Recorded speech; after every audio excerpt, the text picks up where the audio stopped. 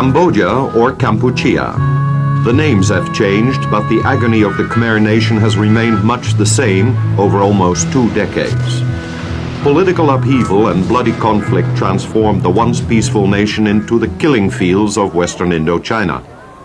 Hundreds of thousands were slaughtered as innocent victims of internal or external strife. In the late 70s, the murderous violence spawned a mass exodus of Kampuchean peasants and city dwellers, destination Thailand, and a very uncertain future. The world had a new refugee problem on its hands and its conscience. 9 years later, a Kampuchean refugee remembers. ដើមឡើយខ្ញុំបានរស់នៅក្នុងខេត្តកំពង់ចាមកាលពីក្នុងឆ្នាំ 1979 At first, in 1979, I lived in Kampong Cham.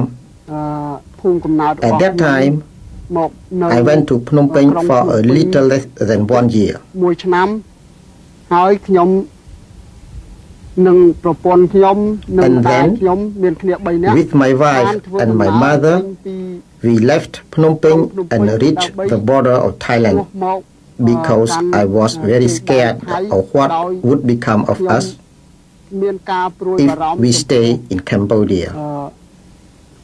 វាសនាដែលខ្ញុំនៅក្នុងប្រទេសខ្មែរបន្តមកទៀតខ្ញុំត្រូវធ្វើដំណើរឆ្លងកាត់តាមព្រៃ In order to reach Nong Chan camp, we had to face many difficulties crossing the forest.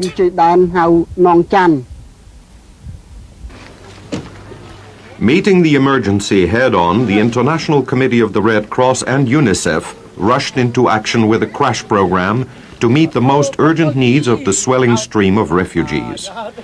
In chaotic conditions, the 2 lead agencies brought in thousands of tons of food and medical assistance.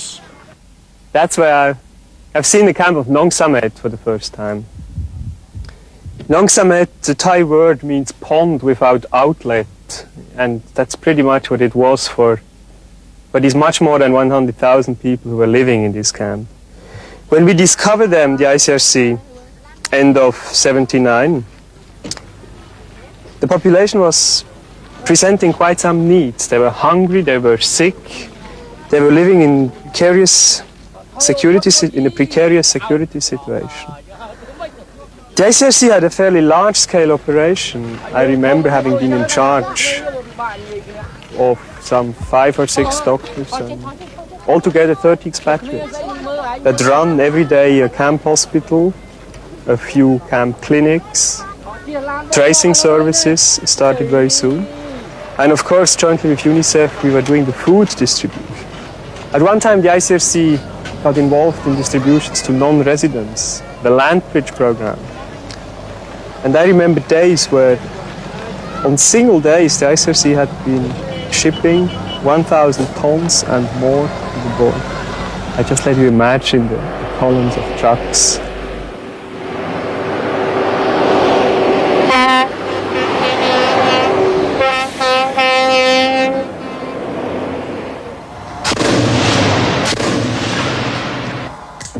In the early days, internal as well as external security was sorely lacking in the refugee centers.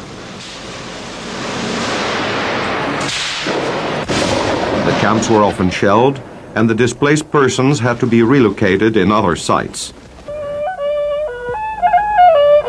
After new outbreaks of border violence in 1985, over 250,000 refugees were transferred to new settlements inside Thailand.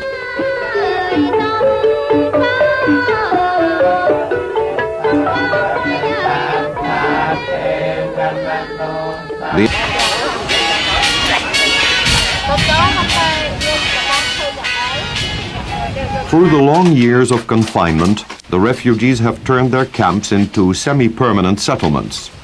Dwellings and community buildings are constantly improved or extended, and sanitary facilities are now available to most families. Although all the refugee settlements are now on the Thai side of the border, the camps are still exposed to the flames of war. Internal security conditions also remain precarious in a number of settlements, and many dwellings have individual shelters.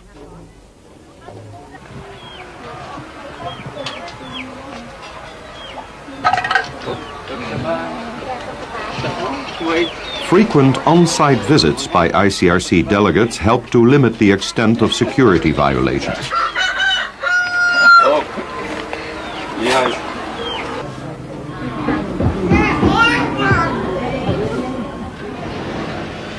At Aranya Pretet, where most relief organizations have their regional headquarters, the Thai Red Cross focuses on ophthalmology as its share of the collective medical effort. It operates a fully equipped modern eye clinic for the treatment of refugee or other patients. ครับก็คิดว่าคงจะไปอีกหลายปีแต่เราก็มีโครงการไว้ว่าเราจะเริ่มโครงการแรก I think that this situation will last for a few years more, but we have a plan for this, which starts with the teaching of professions that will help them when they go back to Cambodia in 3 years. If they can go back to Cambodia in 1991, we will help them to go home to their country, be they Khmer Rouge, Khmer belonging to Son San, or to Prince Sihanouk. นี่โครงการเนี่ยเราจะทำทุกฝ่ายคือไม่ว่าจะเป็นเขมรฝ่ายเขมรแดงเขมรฝ่ายเฮงสีนูหรือฝ่ายสอนซานเราก็ช่วยเหลือทั้งนั้น In 1980 they were hungry and we had the food, and they were sick and we had the doctors. In 1988 they are no longer that much hungry because food distributions have become perfect. Medical needs, treatment has almost become automatic.